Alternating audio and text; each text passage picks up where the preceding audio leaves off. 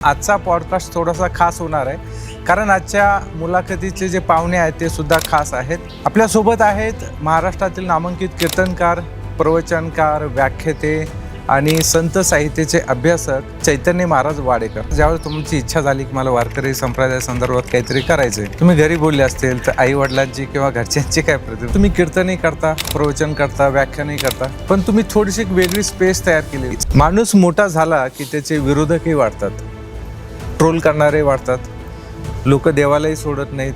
तुमच्या आयुष्यात असं काही झालंय? मला ट्रोलिंगचा आणि विरोधकांचा त्रास होण्यासाठी मी काही ह्या क्षेत्रामध्ये माझं करिअर करण्यासाठी आलेलो नाही. कीर्तन सेवा आपण म्हणतो, तर ती सेवा आहे का आजच्या काळात? सेवा म्हणून बघितलं जातं का कीर्तनकार?